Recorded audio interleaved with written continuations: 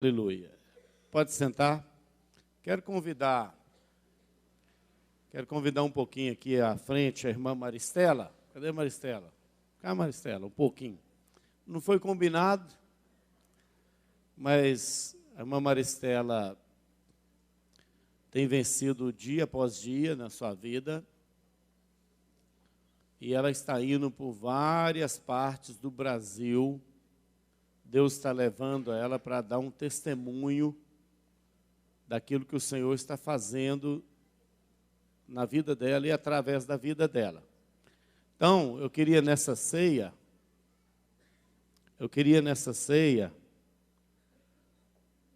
convidá-la para ela falar um pouquinho daquilo que Deus está fazendo na vida dela. Eu não combinei com ela, não, é uma surpresa. Mas para a gente compartilhar com ela, para a gente orar. Né? Sempre que eu vejo as notícias dela, onde ela está, eu fico todo feliz. Falo assim, a minha ovelha está dando um testemunho. E o testemunho de vida da Maristela já é o suficiente, porque ela conta com um dia de cada vez. Não é, Maristela? Cada dia é um dia muito precioso na vida dela. E ela não se deixa abater por isso, mas antes ela está glorificando o nome do Senhor por onde ela passa.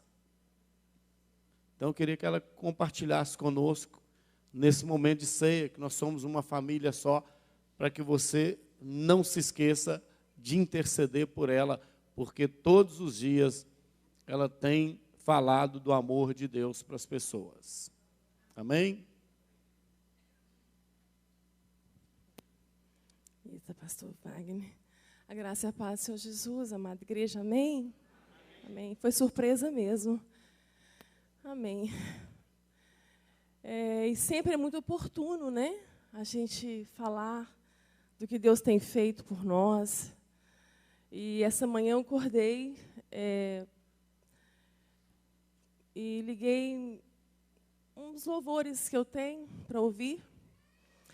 E o Senhor falou muito no meu coração, no louvor, não me lembro o nome, mas falava que em meio a tantas crises, em meio a tantos problemas, a tantos desafios, a tantas batalhas, Jesus é o nosso porto seguro.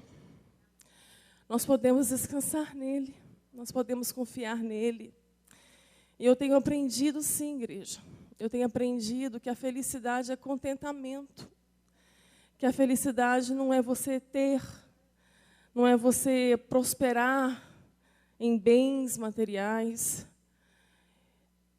Abrindo parênteses, que Deus prospera quem Ele quiser. Deus não é contra a prosperidade é bíblico. A teologia da prosperidade, sim.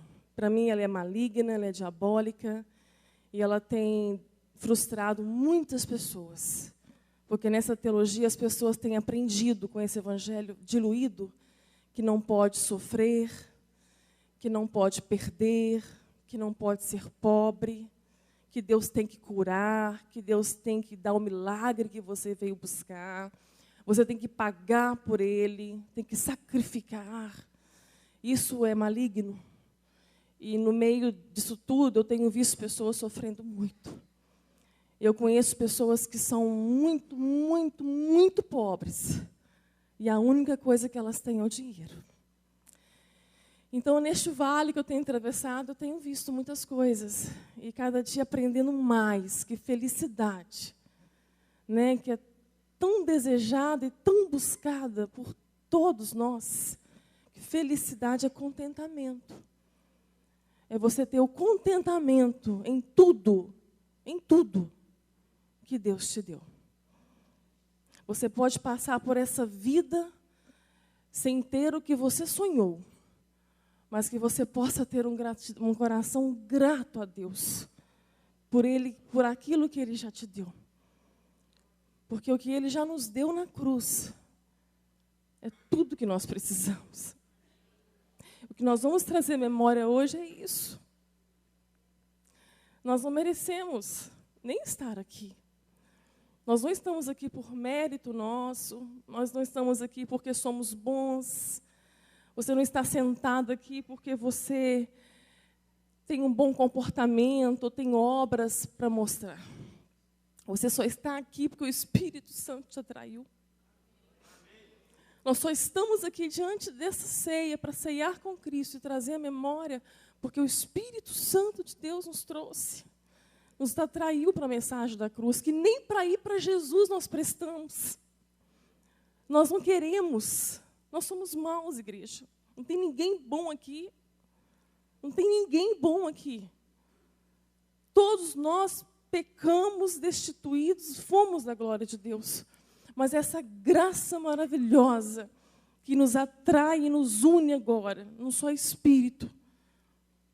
E o quanto isso é maravilhoso, conhecer graça, viver dela. E eu aprendi que fé não é acreditar que Deus vai fazer, não é acreditar que Deus vai fazer o seu milagre chegar. Fé não é você falar, nós temos muito um jargão, né? Vai na fé, meu irmão. Tenha fé, meu irmão. Muitas vezes a nossa fé é na nossa própria fé. Né? E quantas vezes somos frustrados nessa fé? Porque Deus, muitas vezes, não vai fazer o que você quer. Deus não deu o Filho dele para realizar os seus sonhos. Deus deu o Filho dele para perdoar os nossos pecados, para nos justificar, porque Ele é um Deus justo. Porque se não fosse isso, nós já tínhamos sido consumidos. Consumidos. Deus deu o Filho dele para que nós pudéssemos ter relacionamento com Ele. Então, o que é fé? Fé é conhecimento de Deus. Você só confia, você só descansa em quem você conhece. Você nunca vai confiar em alguém que você não conhece. Por isso que Deus é um Deus desconhecido para muitos nessa hora. Porque a fé é abalada. A fé, ela muitas vezes é uma fé de barganha, é uma fé de troca. A fé se tornou uma moeda de troca. Fé é conhecimento de Deus. A fé não é para você fazer uma oração para convencer Deus, para converter a Deus. A fé verdadeira te faz fazer a oração, e a oração não vai converter a Deus a você. Porque muitas vezes achamos que Deus não converteu ainda, né? Nós precisamos convencer Deus. Então nós temos que orar muito, fazer muito sacrifício, porque Deus não está entendendo o que nós estamos querendo. Isso não é fé. A fé nos faz orar, e a oração da fé vai nos capacitar e nos fortalecer para fazermos viver a vontade soberana de Deus. Mas nem por isso vamos deixar de orar por aquilo que nós precisamos, por aquilo que nós queremos e por aquilo que nós entendemos que é o bom e o melhor para nós. Até que o Senhor te deu uma resposta. Se o Senhor te respondeu a essa oração, aí a tua oração já foi respondida, você já recebeu. Ou então o Senhor já te falou que você não vai ter, então descansa. A oração vai tirar a sua ansiedade e vai te capacitar e te fortalecer para viver a vontade de Deus. A oração é isso. O Senhor nos ordena a orar. Então, nesse vale de Baca, que é o meu Baca, né, é o meu vale de lágrimas, eu atravesso assim. Né? Enquanto, há 11 anos lutando contra esse câncer, enquanto eu não tive uma resposta de Deus para a minha oração, eu não deixei de pedir a cura, igreja. Eu não deixei de pedir um dia sequer que Deus me curasse. Eu lutei muito em oração. Eu me entreguei muito na oração, pedindo a Deus a cura. São muitos anos lutando contra uma doença agressiva, uma doença terrível. Quando eu recebi esse diagnóstico, eu estava com 29 anos de idade. Eu e Arson tínhamos 2 filhas pequenas. E o que seria, né? E foi nesse trajeto, nessa travessia, que eu fui conhecendo a Deus. Eu achava que eu conhecia Deus. Né? Aos 10 anos de idade, eu entreguei a minha vida para Ele. Aos 10 anos de idade, aos 12 anos, tive meu chamado de missões. Dei muito trabalho para Deus na minha adolescência. Muito. Eu falo que eu fui um vaso estragado, que quebrou tantas vezes e ele nunca desistiu, porque ele não desiste de você. Né? Quantas escolhas erradas. Né? E a semeadura minha foi árdua. Mas eu louvo a Deus porque a colheita, né, daquilo que eu plantei foi árdua. Mas eu louvo a Deus porque eu colhi de tudo que eu fiz na presença dEle. Deus não vai tirar a consequência dos teus erros, dos teus pecados, mas na presença dEle você vai suportar. Aceita a disciplina do Senhor. Na disciplina do Senhor eu cresci muito. Então veio o casamento fora da presença do Senhor, né? Veio uma gravidez fora do tempo, tudo isso tão nova, né? Com 17 anos de idade. Veio a viuvez, né? Tudo tão precoce na minha vida. Aos 21 anos eu fiquei viúva. Quantos vales, igreja? Vale da depressão, vale do desejo do suicídio. Hoje eu amo o ministério de adolescentes. Hoje eu atravesso meu vale junto com eles. Hoje eu abri mão até dos adolescentes aqui da nossa igreja para estar de manhã, para ser ministrada. Porque como eu tenho pregado, eu não tenho tido oportunidade de estar com a igreja. Mas de manhã eu abri mão de estar com os adolescentes, nossos adolescentes, que eu amo tanto. Mas não abri mão deles, né? De vez em quando estou conversando com um ou outro. Mas para estar aqui, para ser ministrada. Mas eu tenho feito um trabalho com adolescentes numa escola, onde eu converso com eles, onde eu fico com eles, me doei para eles. E eu tenho passado pelo vale deles. Como é difícil o vale da adolescência. Quantos suicídios frustrados, quantos abusos sexuais, adolescentes que estão se automutilando para tirar a dor da alma. E eu louvo a Deus por tudo isso que eu passei. Eu não mudaria nada do meu passado, porque tudo isso Deus transformou em bênção para mim hoje. Né? Foi doloroso, mas eu tenho hoje combustível, eu tenho propriedade para estar com eles. Quando eles me mostram seus braços cortados, o desejo de morte, eu tenho a empatia. Mas o Senhor foi sempre me trazendo de volta, sempre me trazendo de volta. Eu entendi, eu aprendi que o melhor lugar para estar é com Jesus, é na presença dEle. De todas as voltas que eu dei, o melhor lugar é mais perto de Deus.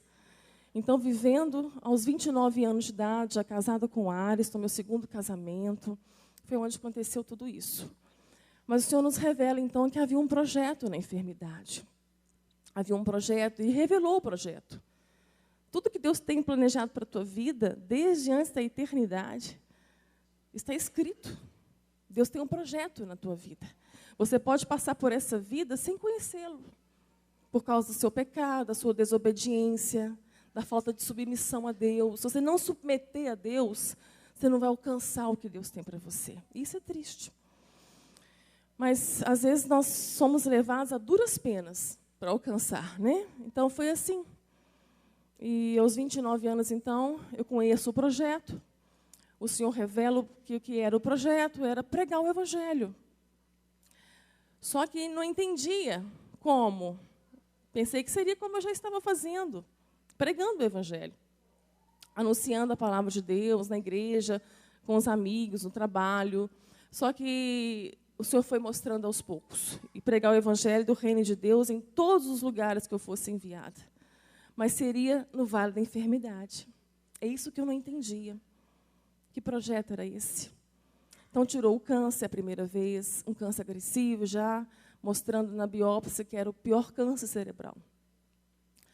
E eu vim na cadeira de rodas para casa, não ia andar. Né? O Senhor me levantou, o Senhor me restaurou e foi uma operação divina, foi um milagre, porque eu tive uma perda neurológica, uma hemiplegia de grau 3. Não volto à igreja. Por onde eu tenho pregado muitas vezes, tem locais que tem médicos. Teve uma igreja que eu preguei em Poços de Caldas com 6 médicos.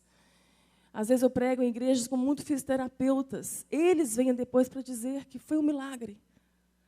O médico diz que é um milagre eu estar viva. Contrariou toda a medicina, toda a histologia desse tumor.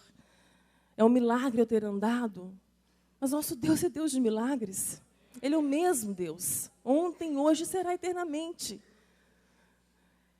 Só que quando veio o segundo câncer, eu não esperava. Foi aí que eu fui conhecer a fé que eu tinha.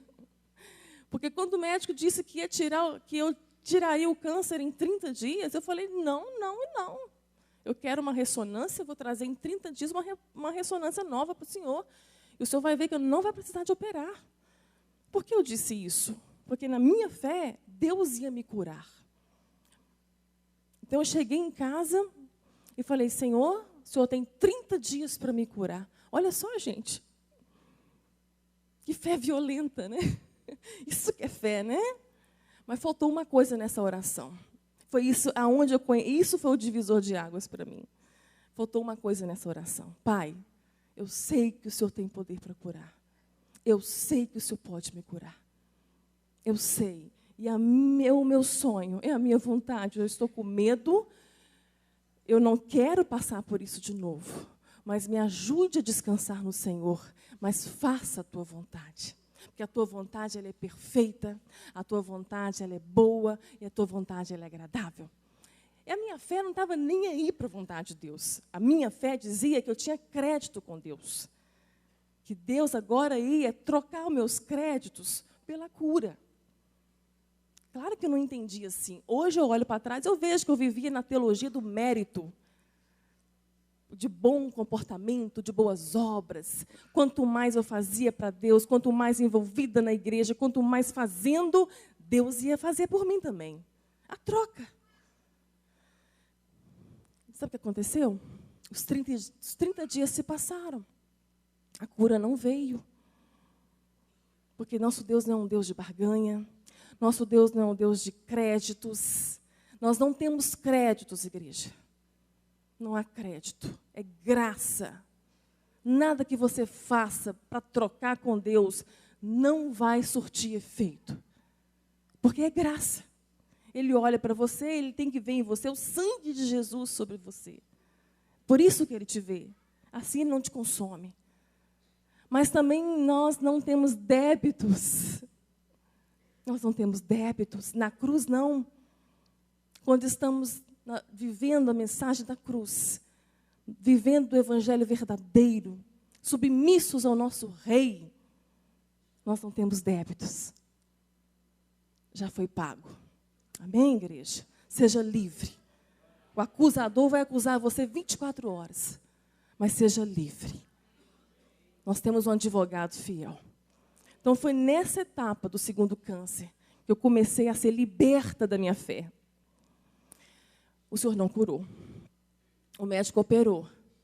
Eu perdi toda a coordenação. Por isso que eu tenho dificuldade. Se não tiver um lugar para me segurar, eu tenho minhas dificuldades, tenho sequelas. Eu ando. Mas eu tenho que mostrar para o meu cérebro o que eu estou fazendo. O meu cérebro não recebe mais por reflexo. Né? Você faz coisas por reflexo. Eu tenho que mandar para o meu cérebro, através dos meus olhos, o que eu estou fazendo. Para que ele entenda e faça. Por que hoje eu tenho condições de fazer tanta coisa? A neuroplasticidade. O cérebro ele tem a capacidade de se reconstruir. É milagre também. Deus é perfeito em tudo que Ele faz. E as ressonâncias passaram a ser de 3 em 3 meses.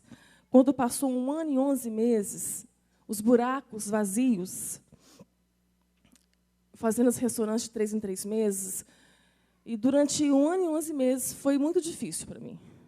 Só que deu o aniversário de 15 anos da Luana, era a semana da ressonância. Eu fiz na outra semana, porque eu não sabia o que Deus tinha para mim.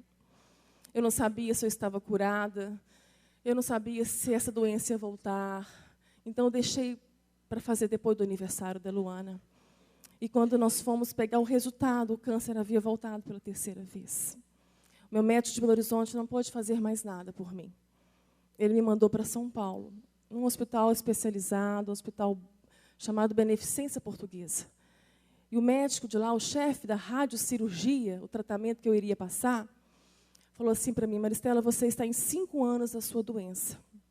Em 5 anos, ela chega ao grau mais alto da malignidade dela. Você está aqui porque a tua cabeça não pode ser mais aberta. Nós não sabemos qual é o grau deste agora. Esse tumor chega ao último grau dele, que é o 4º, que é o glioblastoma. Eu tenho perdido amigos no Vale de Baca com ele. E nós não sabemos qual é. Nós vamos cercar. Nós não podemos secar as células malignas. Elas serão cercadas por 2 anos. E mesmo em 2 anos elas podem sair. E toda vez que você fizer a ressonância magnética, você vai continuar fazendo ela, você vai ver o câncer. O câncer vai estar aí. Esse terceiro vai ficar. Quando o médico disse isso, igreja, o Espírito Santo de Deus me trouxe à memória um texto que foi uma resposta de oração que eu fiz ao Senhor antes de tirar o segundo tumor. E esse texto ficou esquecido, porque eu não entendi esse texto. Quando eu fui tirar o segundo tumor, quando eu conformei, que Deus não tinha curado, porque havia um projeto em andamento, que eu precisava descansar nele, andar com o Deus da cura de mão dada e amá-lo incondicionalmente sem a cura. Ele estava me curando de cânceres muito piores, que é o câncer da fé, a fé mutilada, o câncer da alma. Então, nesse período, eu pedi ao Senhor uma palavra, antes da segunda cirurgia. Eu falei, Senhor, que projeto é esse? Que enfermidade é essa? Que coisa terrível que me assola. Fala comigo na tua palavra. Fala comigo, Senhor. E quando eu abri a palavra, o Senhor me deu um texto lá no livro de Zacarias, no capítulo 13, nos versos 8 e 9. No livro do Vale de Baca tem todos esses detalhes, esses endereços aí. E lá dizia assim, as 2 partes serão extirpadas, mas a terceira parte vai restar nela.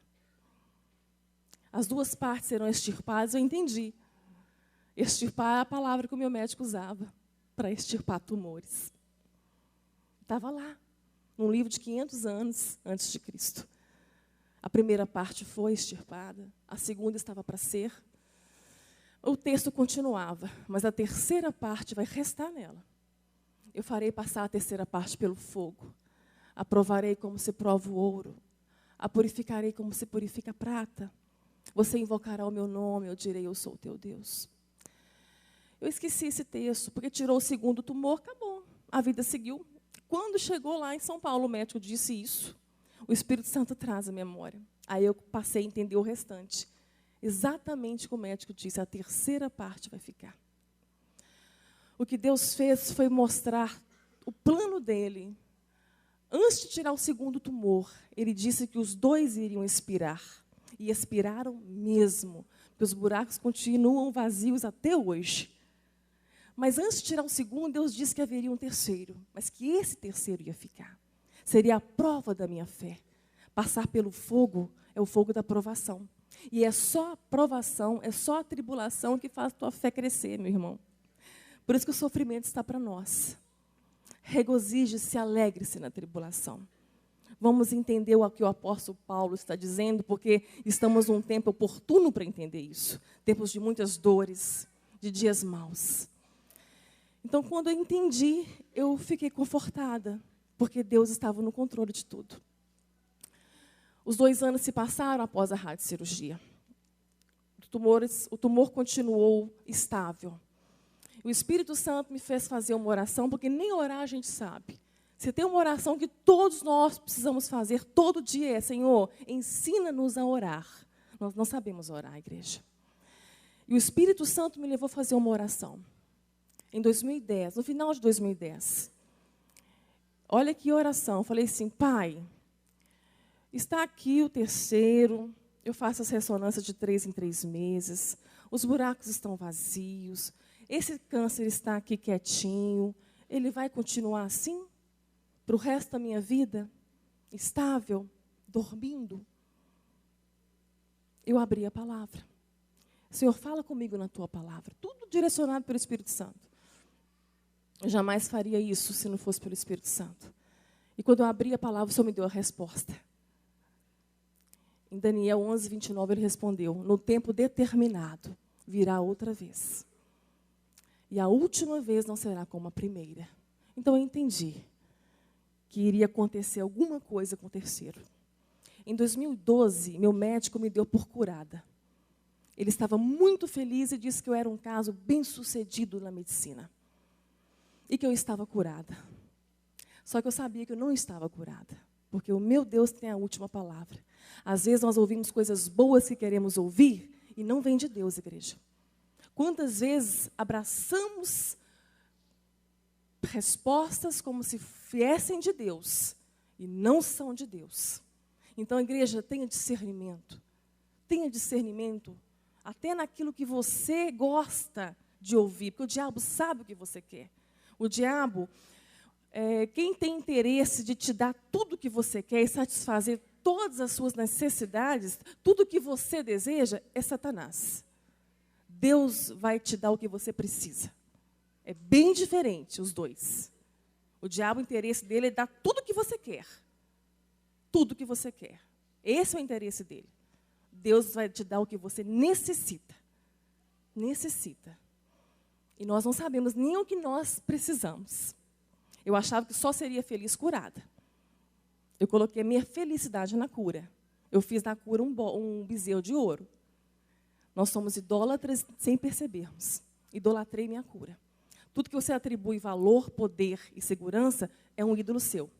Precisa ser quebrado.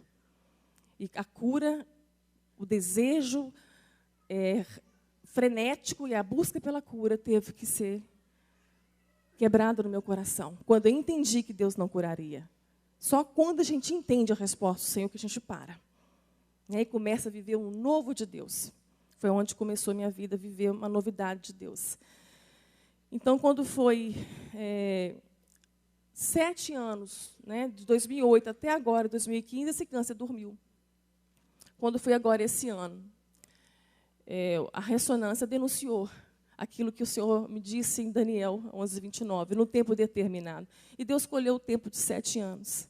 Esse ano, o tumor acordou. Ele está em atividade. Meu médico assustou muito. Ele não sabe o que vai fazer. Eu estou indo a BH no dia 22 de junho. A igreja esteja orando pela minha vida, pela minha família, porque ele quer uma ressonância lá, com a equipe dele de confiança. E depois disso, nós não sabemos. Ele ficou perplexo. O Senhor disse que eu confundiria a medicina. E realmente agora ela está muito confusa, porque Ele me deu a cura. A medicina me deu a cura. E Deus contradizeu o que a medicina disse. Mas para que todos vejam e saibam que o nosso Deus é Deus, que nós não precisamos ensinar a Deus a ser Deus, que nós precisamos descansar neste Deus, aprender a viver um dia de cada vez, aprender que tudo nós podemos na força do Senhor. Eu não tenho o dia de amanhã, isso foi libertador para mim, porque você também não tem, você precisa entender isso.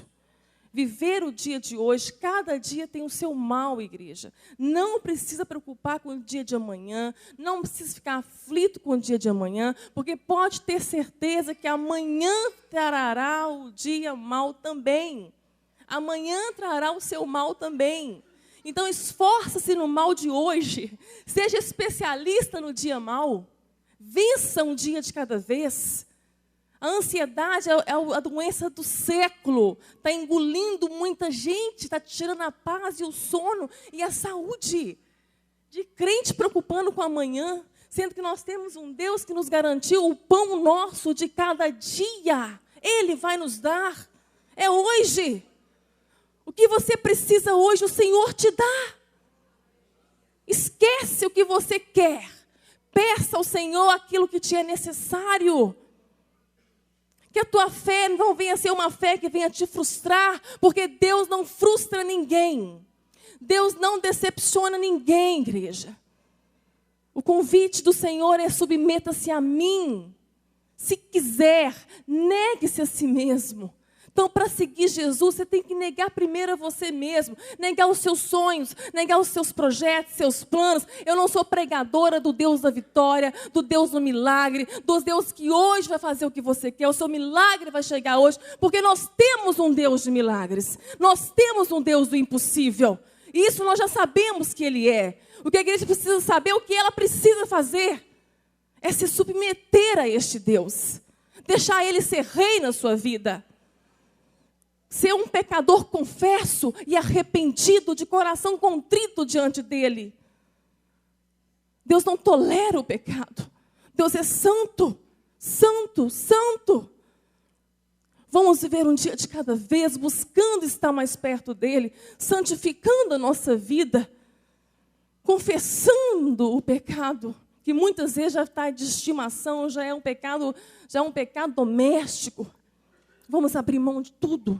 Vamos abrir mão da nossa vida, porque a mensagem da cruz é isso. A mensagem do Evangelho é essa. Negue-se a si mesmo. Toma a tua cruz e me siga, renuncia. Não vai te faltar nada, o caminho é estreito, mas sabemos para onde ele vai. Amém, igreja? Vamos viver um dia por vez. Eu agradeço muito a Deus a oportunidade que ele me deu, né, de ter tocado no coração do pastor Wagner. Foi uma surpresa, mas Deus tem propósito em todas as coisas. Amém? Amém. Vamos orar? Senhor, muito obrigado, Deus, por esta manhã.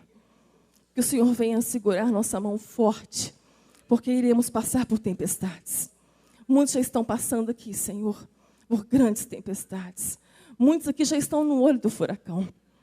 Pai, mas sabemos que Tu és o Deus que controla todas as coisas, que não perde o controle.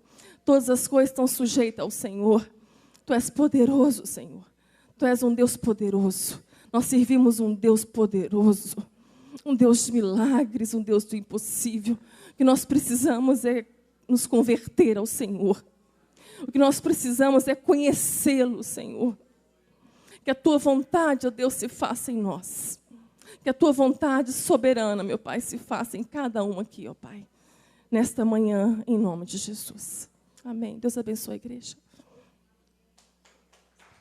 Deus abençoe. Fica aqui. Vai participar da ceia conosco aqui. Queridos, eu tenho falado com Deus. Não é fácil ser pastor. Mas eu tenho falado com o Senhor. Senhor, eu não quero um ministério comum. Quero que o Senhor direcione o ministério. Alguém pode pensar, pastor, mas hoje é dia da ceia? É dia da ceia. O Senhor, eu estava com a mensagem pronta ali, e o Senhor falou, não, chama a Maristela. Então, eu quero ouvir a voz do Senhor. Essa parte aí do 2015 eu nem sabia. Mas eu sei que Deus está usando a vida da Maristela. A Maristela é um exemplo para nós continuarmos a nossa caminhada cristã sem reclamarmos das coisas que nós temos que passar. Porque ela está passando todos os dias. Ela está vencendo todos os dias. Então, nós precisamos aprender a depender do Senhor todos os dias, sabendo que Ele é Deus, é que Ele vai nos suprir. Amém? Esteja orando pela vida da Maristela todos os dias, para que o Senhor cumpra na vida dela o seu propósito por completo. Onde ela estiver, ela esteja testemunhando desse Deus verdadeiro, todo-poderoso. Amém? Louvor, vamos fazer uma oração. Quero convidar já os diáconos